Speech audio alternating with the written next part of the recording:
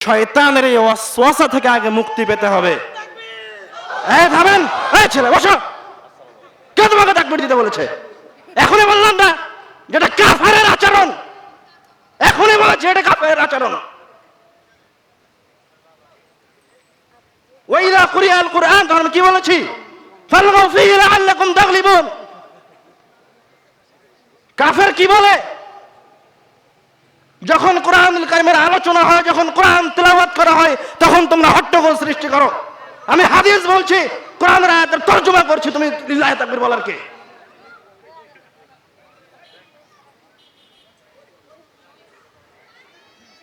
আপনারা ধৈর্য সহকারে বসে আছেন, আমার জন্য বসে নাই।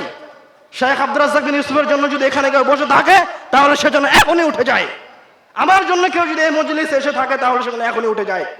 অবশ্যই নিয়তকে ত্রুটি মুক্ত হতে হবে, না হলে এই মজলিস আপনার বিন্দু মাত্র কোনো কাজে আসবে না। যদি আপনার নিয়ত ঠিক না থাকে, নিয়ত কি হতে হবে? আমি এই মজলিসে উপস্থিত হয়েছি, এই জালসায় উপস্থিত হয়েছি এই জন্য যে আব্দুর রাজ্জাক বিন ইউসুফের বক্তব্য শুনতে এসেছি, এই জন্য যে আব্দুর রাজ্জাক বিন ইউসুফ হাদিসের অনুবাদ করে। আব্দুর রহিম বিন আব্দুর রাজ্জাকের কথা শুনবো এই জন্য যে উনি কোরআনুল কারীমের আয়াতের অনুবাদ করবে, কোরআন নিয়ে আলোচনা করবে, হাদিস নিয়ে আলোচনা করবে। আপনাকে তো আমি আমার জন্য বসতে বলিনি,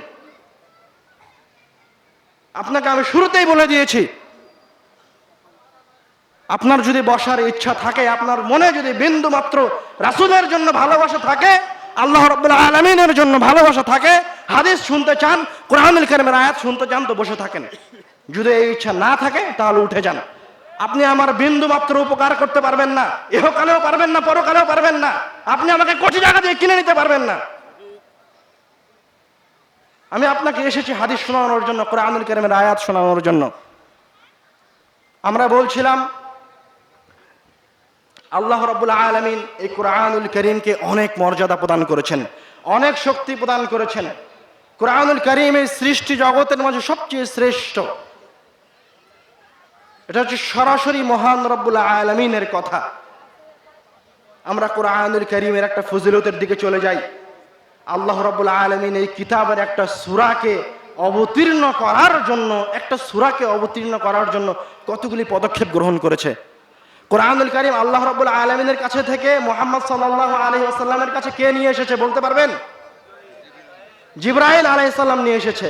কিন্তু আল্লাহ রাব্বুল আলামিন কোরআনুল কারীমের একটা সূরা, একটা বিশেষ সূরা অবতীর্ণ করার সময় জিবরাইলকে আগেই মুহাম্মদ সাল্লাল্লাহু আলাইহি ওয়াসাল্লামের কাছে পাঠিয়ে দিয়েছে। তারপর আরেকজন বিশেষ ফেরেশতা দিয়ে ওই সূরাকে অবতীর্ণ করছে। জিবরাইল ওই সূরা নিয়ে আসেনি।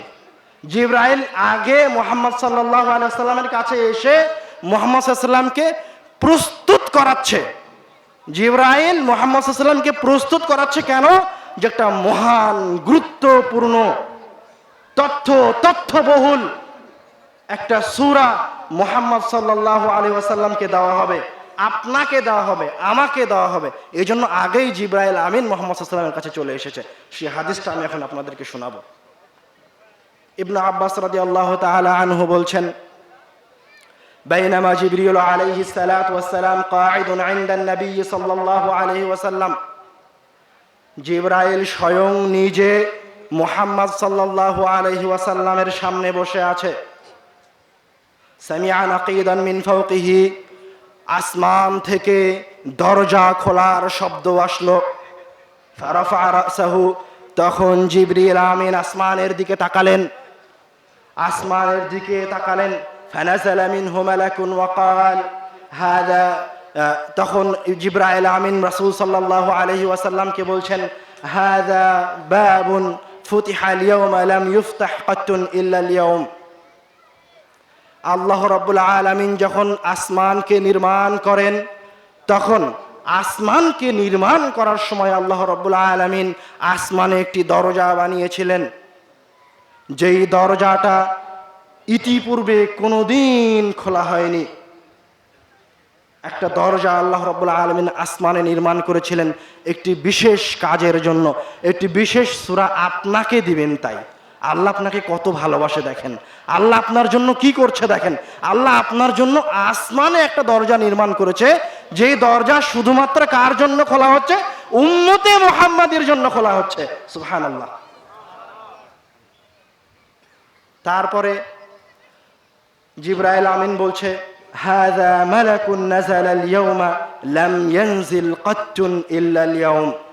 ওই দরজা দিয়ে একজন ফেরেশতা বের হয়ে আসলো। জিবরাইল আমিন মুহাম্মদ সাল্লাল্লাহু আলাইহি ওয়াসাল্লামকে বলছে, এই যে ফেরেশতা আজকে এই দরজা দিয়ে বের হয়ে আসলো জমিনে, ইতিপূর্বে কোনো দিন এই ফেরেশতা জমিনে অবতরণ করেনি।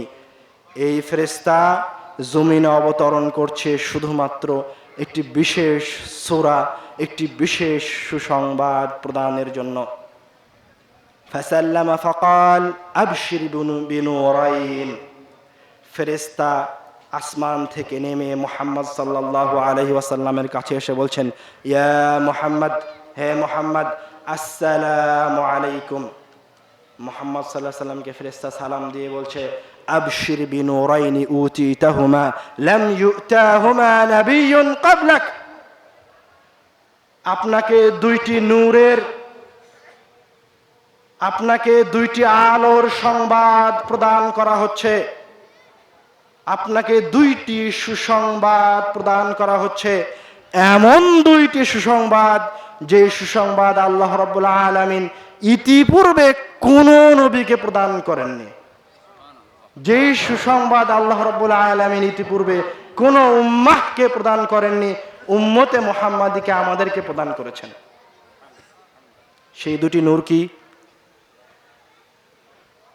ওই ফেরেশতা রাসূল সাল্লাল্লাহু আলাইহি ওয়াসাল্লামকে এবার সুসংবাদ দিচ্ছে। ওই দুইটি নূরের প্রথম নূর হচ্ছে ফাতিহাতুল কিতাব। আমি আপনি যেই সূরা 5 ওয়াক্ত সালাতে তেলাওয়াত করি, কিন্তু কোনোদিন ওই সূরা নিয়ে তাদাব্বুর করার চিন্তা ভাবনা বা ওই সূরা নিয়ে চিন্তা ভাবনা করা লাগবে এটা আমরা মনে করিনি। তার প্রথম সুসংবাদ হচ্ছে ওই সূরা সূরাতুল ফাতিহা। প্রথম সুসংবাদটা কি? প্রথম নূরটা কি? সূরাতুল ফাতিহা। আর দ্বিতীয় সুসংবাদ আপনার জন্য, সেটা হচ্ছে আল্লাহ রাব্বুল আলামিন আপনাকে সূরা বাকারার শেষ 2 আয়াত প্রদান করেছেন। তারপরে ওই ফেরেশতা রাসূল সাল্লাল্লাহু আলাইহি ওয়াসাল্লামকে বলছেন, এবার হচ্ছে আসল কথা। এত যে মর্যাদার সাথে এই দুইটি সূরাকে নিয়ে আসা হলো নির্দিষ্ট দরজা দিয়ে, নির্দিষ্ট ফেরেশতা দিয়ে, এবং এমন দুইটি সুসংবাদ, এমন 9টি আয়াত, কোরআনুল কারীমের এমন 9টি আয়াত যাকে আল্লাহ রাব্বুল আলামিন এর আগে কোনো নবীকে দেননি। তো ফেরেশতা বলছে এই 9টি আয়াত কি করতে পারে? বলছে এই 9টি আয়াতের কোনো অক্ষরও যদি আপনি পড়েন, কোনো শব্দ যদি আপনি খালেস নিয়তে পড়েন, তাহলে আল্লাহ রাব্বুল আলামিনের পক্ষ থেকে ওই অক্ষরটিকে কবুল করে নেওয়া হবে। এটা হচ্ছে কোরআনুল কারীমের মহত্ব, কোরআনুল কারীমের মর্যাদা। আমি আপনাদের সামনে আলোচনা লম্বা করব না, এখন আসি কোরআনুল কারীমের কিছু ফজিলতের দিকে। আমার আপনার মতো মানুষ কোরআনুল কারীম নিয়মিত পড়তে পারবে না। আপনাদের জন্য আল্লাহ রাব্বুল আলামিন অনুগ্রহ করে রাসূল সাল্লাল্লাহু আলাইহি ওয়াসাল্লাম আপনাদেরকে ভালোবেসে ছোট ছোট কিছু সূরা আপনাদের জন্য নির্ধারণ করে দিয়েছেন বড় বড় বিপদ থেকে বাঁচার জন্য। তার মাঝে আমি একটা ঘটনা আপনাকে বলি। রাসূল সাল্লাল্লাহু আলাইহি ওয়াসাল্লামের কথা দিয়ে শুরু করি। উকবা রাদিয়াল্লাহু তাআলা আনহু বলছেন, বাইনামা আসিরু আন নবী সাল্লাল্লাহু আলাইহি ওয়াসাল্লাম বাইনাল জুহফাতি ওয়াল আবওয়া। উকবা রাদিয়াল্লাহু তাআলা আনহু একজন সাহাবী, উনি বলছে আমি রাসূল সাল্লাল্লাহু আলাইহি ওয়াসাল্লামের সাথে সফরে বের হয়েছি। জুহফা এবং আবওয়া নামক দুইটি জায়গার মাঝামাঝিতে অবস্থান করেছি। যখন এই যে দুইটি জায়গার মাঝামাঝিতে অবস্থান করছি, ফাতাগাশাতহুম সাহাবাতুন, তখন তাদেরকে রাসূল সাল্লাল্লাহু আলাইহি ওয়াসাল্লামকে এবং এই উকবা এই সাহাবীকে প্রচন্ড ঝড় ঘিরে ধরল এবং চতুর্দিক অন্ধকার হয়ে গেল।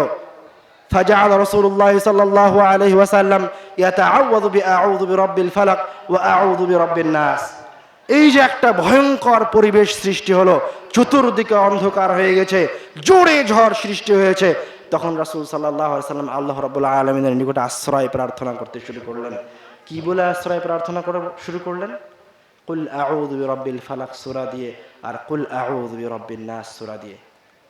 আর রাসূল সাল্লাল্লাহু আলাইহি ওয়াসাল্লামের সাথে যে সাহাবী ছিল তাকে বলছেন, ইয়া উকবা তাআওয়াজ বিহিমা, হে উকবা তুমিও এই দুইটি সূরা তেলাওয়াত করে আল্লাহ রাব্বুল আলামিনের নিকটে বিপদ থেকে আশ্রয় প্রার্থনা করো। কেননা আল্লাহ রাব্বুল আলামিনের নিকটে বিপদ থেকে আশ্রয় পাওয়ার জন্য, দ্রুত আশ্রয় পাওয়ার জন্য এর চাইতে শক্তিশালী কোনো ইবাদত নেই, এর চাইতে শক্তিশালী কোনো সূরা নেই। তো আপনি যদি বিপদে পড়ি তো কি করব? সূরা ফালাক আর সূরা নাস তেলাওয়াত করব। তাহলে আল্লাহ রাব্বুল আলামিন আমাদেরকে বিপদ থেকে মুক্তি প্রদান করবেন।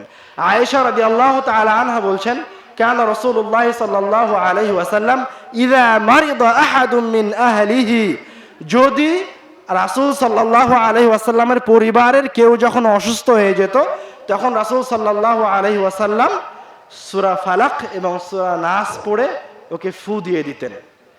এবং আয়েশা রাদিয়াল্লাহু তাআলা আনহা বলছেন, যখন রাসূল সাল্লাল্লাহু আলাইহি ওয়াসাল্লাম নিজে অসুস্থ হয়ে যেতেন, ইয়ানফুসু আলা নাফসিহি, তিনি তার নিজেকেও সূরা নাস এবং সূরা ফালাক পড়ে ফু দিতেন। সূরা নাস ফালাক কি জানেন আপনারা? কে কে জানে না? কেউ আছে যে জানে না? সবাই জানে আলহামদুলিল্লাহ। কারণ আমি তো সূরা নাস আর সূরা ফালাকের মর্যাদা বলছি, শক্তিশালী সূরা। যে সূরা পড়ে কে বিপদ থেকে বেঁচেছে? মুহাম্মদ সাল্লাল্লাহু আলাইহি ওয়াসাল্লাম বিপদ থেকে আশ্রয় চাচ্ছে আল্লাহর কাছে। তো আমাদেরকে জানতে হবে এই দুটো সূরা কি। এখন যদি বলেন আমি এই দুইটা সূরাই জানি না, তাহলে তো বিপদ। কুল আউযু বিরাব্বিল ফালাক মিন শাররি মা খালাক, এটা হচ্ছে সূরা ফালাক। আর কুল আউযু বিরাব্বিন নাস মালিকিন নাস, এটা হচ্ছে সূরা নাস। তো আমরা যে হাদিস বলছিলাম সেটা হচ্ছে রাসূল সাল্লাল্লাহু আলাইহি ওয়াসাল্লাম নিজে অসুস্থ হলেও তিনি তার শরীরে সূরা নাস এবং সূরা ফালাক পড়ে ফু দিতেন। তো আরো কঠিন পরিস্থিতির দিকে আসেন।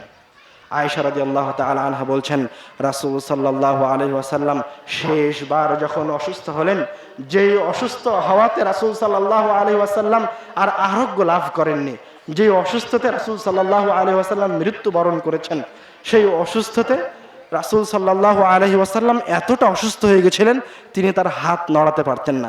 এতটা অসুস্থ হয়ে গেছিলেন যে রাসূল সাল্লাম কোরআন তেলাওয়াত করার শক্তিটা হারিয়ে ফেলেছিলেন। তো আয়েশা রাদিয়াল্লাহু তাআলা আনহা বলছেন, কুনতু আকরাউ আলাইহা, যখন তিনি আর কোরআন তেলাওয়াত করতে পারছিলেন না তখন আমি আয়েশা সূরা নাস আর সূরা ফালাক পড়ে রাসূল সাল্লাল্লাহু আলাইহি ওয়াসাল্লামের ডান হাতটা ধরে রাসূল সাল্লাল্লাহু আলাইহি ওয়াসাল্লামের রাসূল সাল্লাল্লাহু আলাইহি ওয়াসাল্লামের শরীরটা বুলিয়ে দিচ্ছিলাম সূরা নাস আর সূরা ফালাক পড়ে।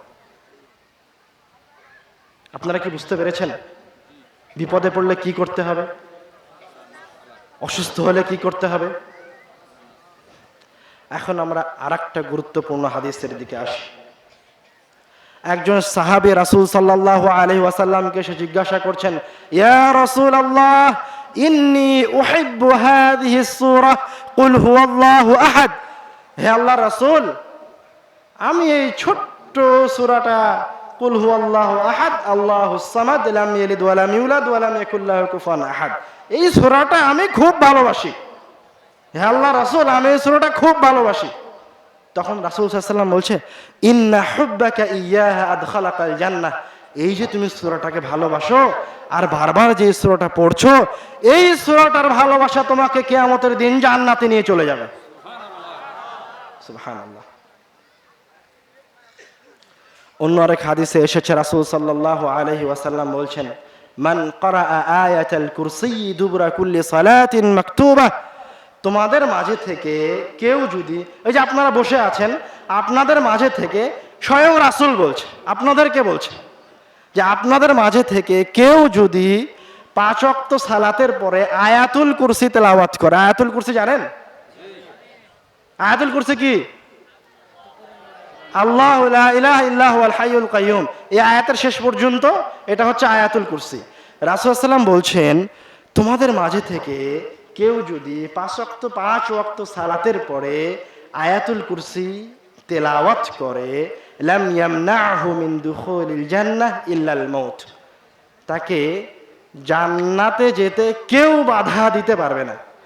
লাম ইয়ামনাহু মিন দুখুলিল জান্নাহ ইল্লাল মাউত, ইবারতটার দিকে লক্ষ্য করেন। রাসূল সাল্লাল্লাহু আলাইহি ওয়াসাল্লাম বলছে, যে ব্যক্তি 5 ওয়াক্ত সালাতের পরে আয়াতুল কুরসি তেলাওয়াত করলো, সে জান্নাতে যাচ্ছে না এই কারণে যে সে এখনো মরেনি। বুঝতে পারেননি?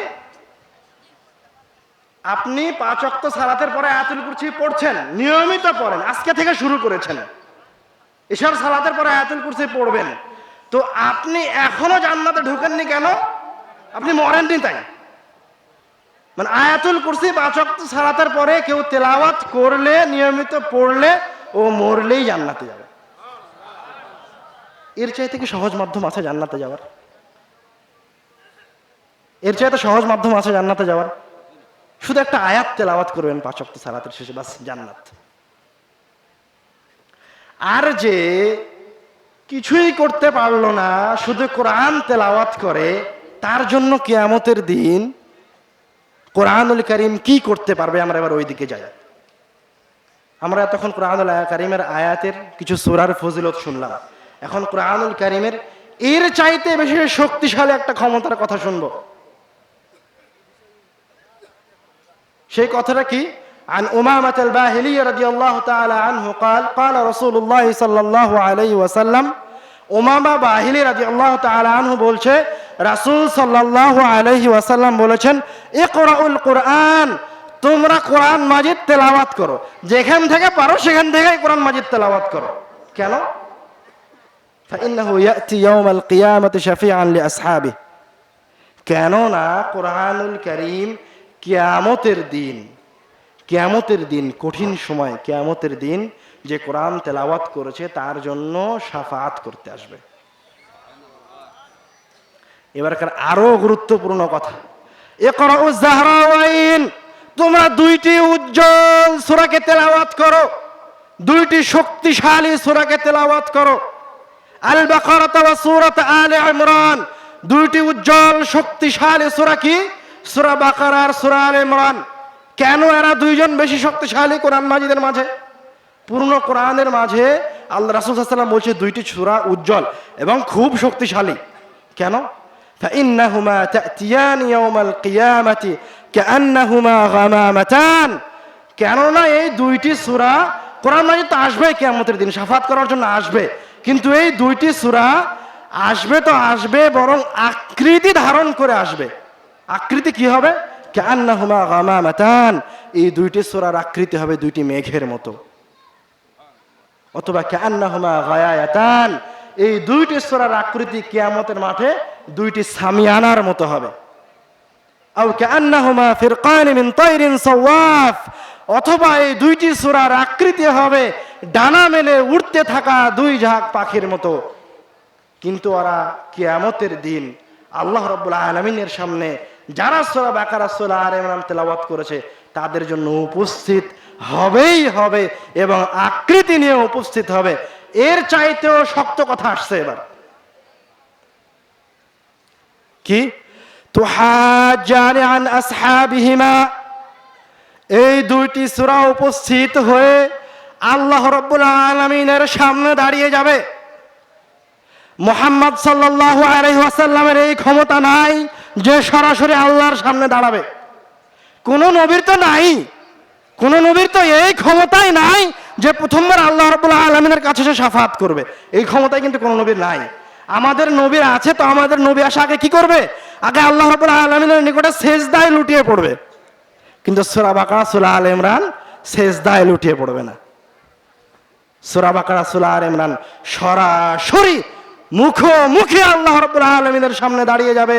তুহাজ্জানি আন আসহাবিহিমা, তুহাজ্জানি হুজ্জাত পেশ করা কি জিনিস? সরাসরি আল্লাহ রাব্বুল আলামিনের সাথে যারা সূরা বাকারা, সূরা আলে ইমরান তেলাওয়াত করেছে তাদের পক্ষ নিয়ে ওকালতি শুরু করবে, বাদানুবাদ শুরু করে দিবে, আল্লাহ রাব্বুল আলামিনের সাথে সরাসরি ঝগড়া শুরু করে দিবে। হে আল্লাহ, এই ব্যক্তি, এই মুমিন, এই ইমানদার দুনিয়াতে সূরা বাকারা, সূরা আলে ইমরান তেলাওয়াত করেছে, তুমি একে জান্নাতে দিতে পারো না। তুমি এই এরা দুইজন ভুল হয়েছে, এরা দুইজন এই ব্যক্তি দুনিয়াবী জীবনে সূরা বাকারা এবং সূরা আলে ইমরান তেলাওয়াত করেছে, তুমি তাদেরকে জাহান্নামে দিতে পারো না? এই দুইটি সূরা সরাসরি আল্লাহ রাব্বুল আলামিনের সামনে উপস্থিত হয়ে যারা দুনিয়াবী জীবনে এই দুইটি সূরা তেলাওয়াত করেছে তাদের পক্ষ নিয়ে এবার আল্লাহ রাব্বুল আলামিনের সাথে ঝগড়া শুরু করে দিবে। ঝগড়া করেই ওই ব্যক্তিকে জান্নাতে নিয়ে যাবে। এই ক্ষমতা কার কাছে আছে? না, এই ক্ষমতা আল্লাহ রাব্বুল আলামিন কাকে দিয়ে রেখেছেন? সূরা বাকারা আর সূরা আলে ইমরানকে দিয়ে রেখেছেন। বিপদের সময় এরা বাঁচাবে।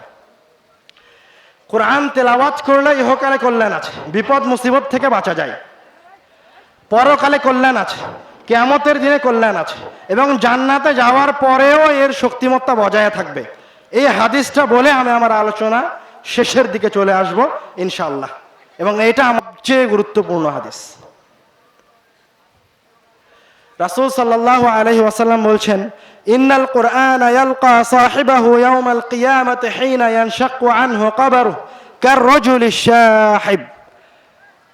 যখন মানুষকে কিয়ামতের দিন কবর থেকে উঠানো হবে, তখন যারা কোরআন তেলাওয়াত করে মারা গেছে কোরআনুল কারীম, তাদের কবরের পাশে গিয়ে শুভ্র ব্যক্তির আকৃতি ধারণ করে অপেক্ষা করতে থাকবে।